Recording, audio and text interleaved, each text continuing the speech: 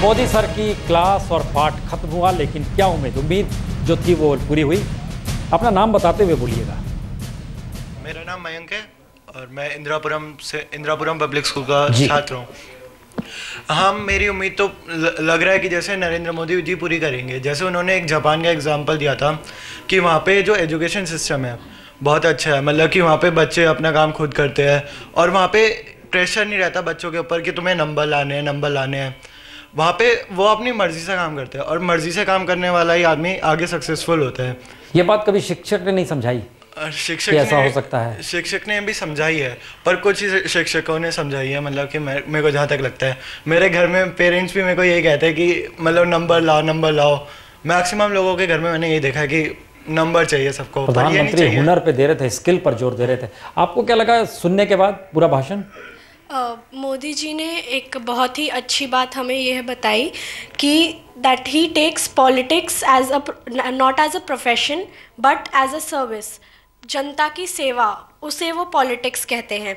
और ये मैसेज उन्होंने कमिंग जनरेशन के लिए दिया ताकि ज़्यादा आप राजनीति में जाना चाहते हैं? ताकि ज़्यादा से ज़्यादा लोग, मैं IAS बनना चाहती हूँ। चाहेंगे ना? हाँ, सेवा करने के लिए, प्रोफेशन के लिहाज से नहीं। तो नंबर लाने की जरूरत नहीं है? नंबर दबाव मुक्त हो गए। बनना है तो नंबर तो लाने ही पड़ेंगे। जी मैडम, क्या उम्मीद लगा, भरोसा जागा, सपने जागे भाषण सुनने के बाद? बिल्कुल जागे। और मोदी जी ने जिस तरह से भाषण दिया, वो भाषण नहीं, वो बिल्कुल डाउन टू अर्थ आके बच्चों से जिस तरह से उन्होंने कनेक्टिविटी मेंटेन की, वो बहुत ही मतलब उनको प्रेज किया जा सकता है इसके लिए। और साथ ही साथ उन्होंने जो एग्जाम्पल दिया नेचर के बारे में बच्चों को बताया। अच्छा, बताइए, मोदी के सभी मुरीद हैं, लेकिन ये सिस्टम जो चल रहा है हमारे यहाँ, मोदी जी जो कह रहे हैं वो चीज़ें इम्प्लीमेंट कैसे होंगी? देखिए, हम हमेशा बोलते हैं इम्प्लीमेंट। अब भी ये बोलते हैं 100 दिन में मोदी जी ने क्या करा। 100 दिन नहीं, ये चीज़ें जो एजुकेशन को लेकर कही, इम्प्लीमेंट कैसे होंगी? इम्प्लीमेंट तो सरकार, स्कूल में आप पढ़ाते हो, बच्चे यहाँ पढ़ते हैं, बोझ दबाव उनके ऊपर है, नंबर लाना है, पढ़ाना आपको है, नौकरी आपको चाहिए। तो ये एजुकेशन सिस्टम जब चेंज होगा तब होगा। जैसे CBSE है, अब वो डिसाइड करती है कि बच्चे क्या करेंगे, कैसे करेंगे, करिकुलम फ्रेमवर्क क्या होगा, बच्चों पे बोझ कैसे कम होगा।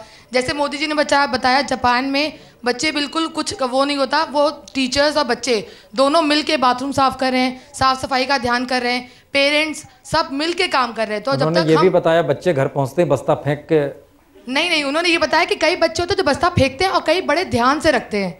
ठीक है, उन्होंने ये बताया, उन्होंने ये नहीं बताया कि सब बच्चे बस्ता फेंकते हैं। यहाँ भी बहुत बच्चे हैं जो बस्ता फेंकते होंगे ना? हाँ है, काफी। एक मिनट, हम जरा बम्बई चल रहे हैं, बम्बई से भी जोड़ लेते हैं। अमृता, गिरगांव में आप मौजूद हैं, क्या है बम्बई के बच्चों की राय? देखिए, मैं गिरगांव के चिकित्सक हाई स्कूल में हूँ। यहाँ पर बच्चे काफ़ी खुश हैं, कब से बैठे हुए हैं, हालांकि सुबह से बैठे हुए थे कि कब वो यहाँ पर आएंगे और टीवी पर PM नरेंद्र मोदी को सुनेंगे। कुछ बच्चे हैं यहाँ पर बैठे हुए, काफ़ी खुश हैं। आपसे जानना चाहेंगे कौन कौन सी चीज़ें थी जो आपको बहुत अच्छी लगी प्रधानमंत्री के जो भाषण थे उनमें से? प्रधानमंत्री ने जो भाषण, पंतप्रधान मोदी ने जो हमें भाषण दिया, उनमें से मुझे एक बात अच्छी लगी कि शिक्षक और विद्यार्थी में के जो संबंध होते हैं वो माँ और बेटे जैसे होते हैं। माँ और बेटे जैसे संबंध होने चाहिए। आप बताइए कौन सी चीज़ें थी वो आपको अच्छी लगी इस भाषण में? माननीय पंतप्रधान नरेंद्र मोदी ने जो भाषण दिया उसमें से मुझे ये बात अच्छी लगी कि उनके बचपन की यादें और शिक्षकों को बहुत अच्छा, तो यादें थी कुछ जो अच्छी लगी। आप बताइए, आपको कौन सी बात अच्छी लगी जो आपको लगे कि बहुत अच्छा कुछ सुनने को मिला? माननीय नरेंद्र मोदी जी के भाषण में ऐसा उन्होंने बताया कि एक बेटी पढ़ती है तो दो परिवार पढ़ाती है, इसलिए लड़कियों का पढ़ना बहुत ज़रूरी है। उनके भाषण से ऐसा पता चलता है। तो अलग अलग मुद्दे हैं जो बच्चों को काफ़ी अच्छे लगे। मेरे साथ कुछ शिक्षक भी हैं, उनसे भी बात करेंगे। आपसे जानना चाहेंगे कि आपको कैसा लगा, बच्चे यहाँ पर काफ़ी संख्या में बैठ कर ये देख रहे थे? हमको बहुत ही अच्छा लगा है और एक शिक्षक होके आज का दिन ताकि शिक्षक और हमारे छात्रों के लिए बहुत ही अच्छा और महत्वपूर्ण इसलिए हुआ क्योंकि प्रधानमंत्री जी नरेंद्र मोदी जी ने अपना खुद का बहुमूल्य समय हमारे लिए दिया और उन्होंने जो बताया कि एक समाज में परिवर्तन लाने वाला, एक छात्रों में परिवर्तन लाने वाला दूसरा तीसरा कोई भी नहीं है, ताकि एक शिक्षक है। यह सुन के हमारी जिम्मेदारी बढ़ गई और हमको वी आर प्राउड दैट हम एक शिक्षक है। हम आते हैं चलिए, तो अमृता, बच्चों को दो काफी चूंकि तमाम राजनेता भी हमारे साथ जुड़ चुके हैं। शोभा ओझा जी, कांग्रेस विरोध कर रही थी, लेकिन एक नई चीज नजर आई, जितने भी बच्चों से पूछ रहे हैं, शिक्षकों से पूछ रहे हैं, एक नई लकीर नजर आ रही है कि प्रधानमंत्री ने जिस सरोकार को दिखलाया, सरलता के साथ मुद्दों को उठाया और बच्चों को इसका एहसास कराया कि हम आपके साथ जुड़े हुए हैं। तो आपकी प्रतिक्रिया क्या है? आप किस रूप में इस पूरी स्थिति को देख पा रहे हैं? शोभा जी, अच्छा फोन वहां पर कट गया, लेकिन प्रेम शुक्ला जी आपके पास हमारी आवाज आ रही होगी। आप संपादक भी हैं और हाँ, आप संपादक भी हैं, तो आपको हेडलाइन क्या निकली इसमें से? जी नहीं, मोदी ने निश्चित तौर पर जो है बच्चों को मंत्रमुग्ध किया। शिक्षक दिवस का महत्व जो है बच्चों पे संस्थापित करने का प्रयास किया। सत्ता के सर्वोच्च शिखर पर बैठा व्यक्ति जो है वो सामान्य बच्चों की शिक्षा दीक्षा को लेकर चिंतित है और उनके साथ सीधी सीधी वार्ता करता है, एक अवसर उपलब्ध कराता है, प्रेरित करता है, उनको टटोलता है, उनको गुदगुदाता है, अपनी बचपन की यादें समक्ष ले जाता है।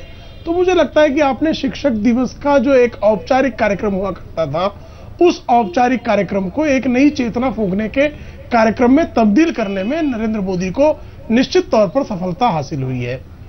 ओके, जयनारायण व्यास जी, बीजेपी के नेता भी हैं और आप संयोग से गुजरात में भी हैं। गुजरात में जाहिर है लंबे समय तक मुख्यमंत्री रहे नरेंद्र मोदी, उन्होंने वहां भी ये प्रयोग जरूर किए होंगे।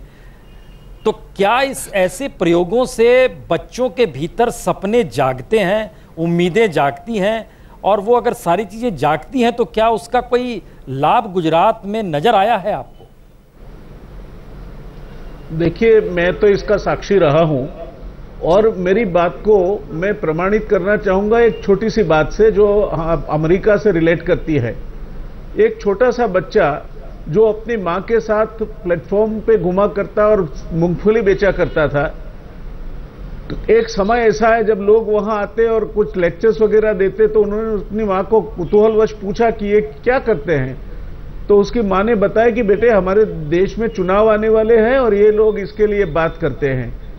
तो बालक ने अपनी जिज्ञासा से पूछा कि क्या मां, मैं बड़ा हूं, इस तरह पढ़ूं लिखूं और लेक्चर देने लगूं तो क्या मैं इस देश का प्रेसिडेंट बन सकता हूं? उनकी मां ने कहा कि हाँ, क्यों नहीं बन सकते, बिल्कुल बन सकते हो। और वो बच्चा आगे जाके अमेरिका का प्रेसिडेंट बना और उसने अमेरिका का सफलता से नेतृत्व किया।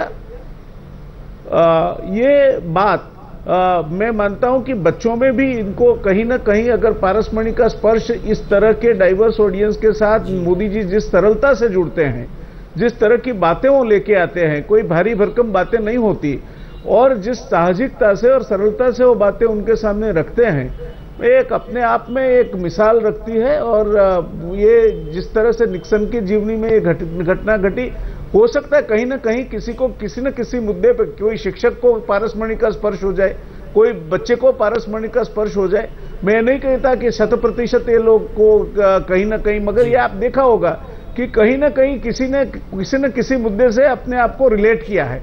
इतने डाइवर्स ऑडियंस के साथ बात करना और हर श्रोता कहीं ना कहीं अपने आप को किसी न किसी तरह से मोदी जी की बात के साथ रिलेट करे, मैं मानता हूं अपने आप में एक बहुत अहमियत रखता है और बिल्कुल ये इनको प्रोत्साहित और प्रभावित करने वाली बात है और मोदी जी बहुत सहजता से ये बात कर लेते हैं। शोभा ओझा जी, हमारी आवाज आ रही है अब तक?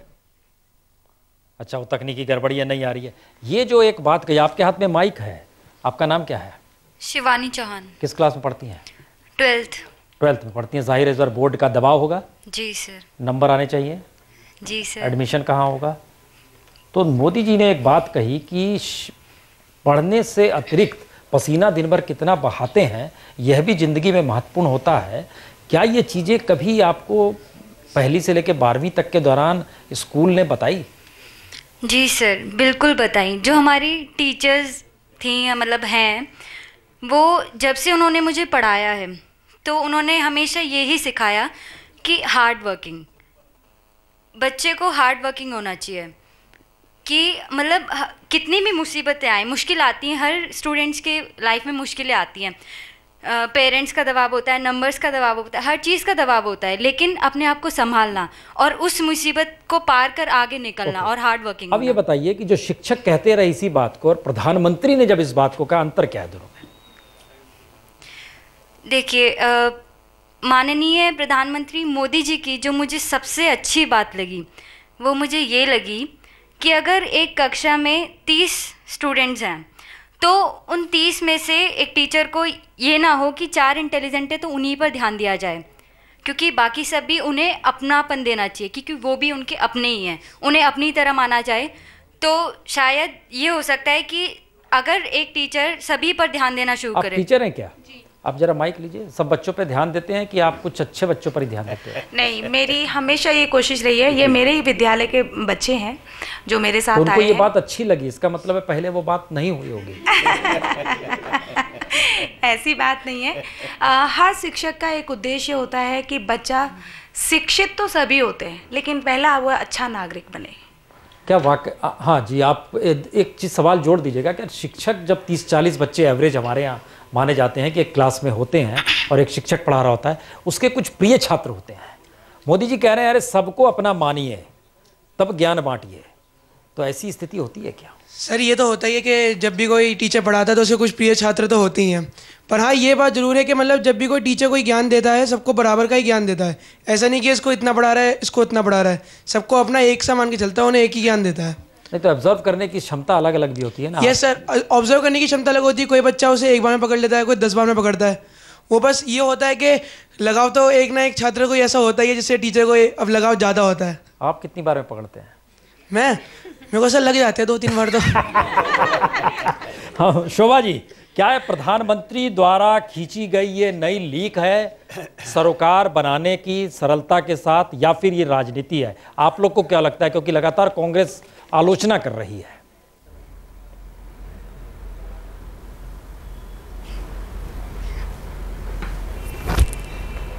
हेलो शोभा जी, आवाज आ रही है हमारी? प्रधानमंत्री के भाषण पर कौन ये प्रतिक्रिया देगा? तीसरा प्रयास था, लेकिन अब एक चीज बताइए आप चौधरी साहब, जो आप जिक्र कर रहे थे, हम एक चीज जानना चाहेंगे जी। कि उत्तर प्रदेश बहुत बड़ा राज्य है, समाजवादी पार्टी की वहां सरकार है जी। क्या कभी किसी मुख्यमंत्री ने ये सोचा क्यों नहीं कि बच्चों से सीधा संवाद बनाया जाए? वो लैपटॉप बांटने के बहाने चले गए, लेकिन देखिए ऐसा है, जहाँ तक सवाल इस बात का, अभी जो डिबेट चल रही है, अभी एक बच्चे ने इधर से कहा था कि प्रधानमंत्री जी ने ये कहा है कि बच्चों को अपने निर्णय खुद लेने चाहिए और बच्चों पर बोझ नहीं होना चाहिए। जहाँ तक सवाल इस बात का है कि यहाँ लोगों को इंसिस्ट किया जाता है, जहाँ तक सवाल इस बात का है कि जितने भी विकसित मुल्क हैं वहाँ की स्थिति ये है कि वहाँ सब काम अपना करते हैं, ना वहाँ कोई सुपरवाइज़र होता है, ना वहाँ कोई इंस्पेक्टर होता है, ना वहाँ कोई किसी पे इंस्ट्रक्टर होता है, सबकी अपनी जिम्मेदारी होती है। ये व्यवस्था और ये स्थिति हमारे देश में है कि हर काम के लिए आदमी को मजबूर किया जाता है। उसी का कारण है कि आदमी की अपनी इच्छा शक्ति जो है वो कमजोर हो रही है, नंबर एक बात। दूसरा, मैं जो हमें सीधा जवाब चाहिए, दूसरा जो सवाल आपने मुझसे पूछा, मैं उसका जवाब देना चाहता हूँ। देखिए, मैं कहना ये चाहता हूँ कि उत्तर प्रदेश की सरकार ने इस विकास के लिए, जो बच्चों के विकास के लिए, शिक्षा के विकास के लिए बहुत सारे जो है काम किए हैं। जो बच्चियां हैं वहाँ पे जो 10वीं क्लास में पढ़ती हैं उन्हें विद्या कन्याधन दिया जा रहा है। वहाँ पे 25 लाख लैपटॉप दिए गए बच्चों को, ताकि वो जो है अपना आपको एक ज्ञान की बात आज दे देते हैं। 25 लाख लैपटॉप दिए गए। सुन लीजिए जी। समाजवादी पार्टी है जी, लोहिया को मानते हैं आप लोग? जी। लोहिया ने 2 बार ऐसी मीटिंग की थी जिसमें सिर्फ स्कूली छात्र मौजूद थे जी, और वो इस बात पे ध्यान दे रहे थे। हमारा एक आग्रह ये था कि भारतीय राजनीति डाइल्यूट होते होते ऐसे आ गई कि उसको सिर्फ अपने वोट बैंक ही नजर आने लगे। नहीं, सही बात है, मैं सहमत हूं। और इससे इतर वो देखना ही नहीं चाहते थे। माइक किधर है? अरे एकदम ही छोटा बच्चा, जरा बताओ कैसा लगा प्रधानमंत्री का भाषण? बोलो। बहुत अच्छा लगा। बहुत अच्छा। अब कल स्कूल जाओगे तो क्या बोलोगे? टीचर जब पूछेंगी तब क्या कहोगे? सर कल छुट्टी है। कल छुट्टी है।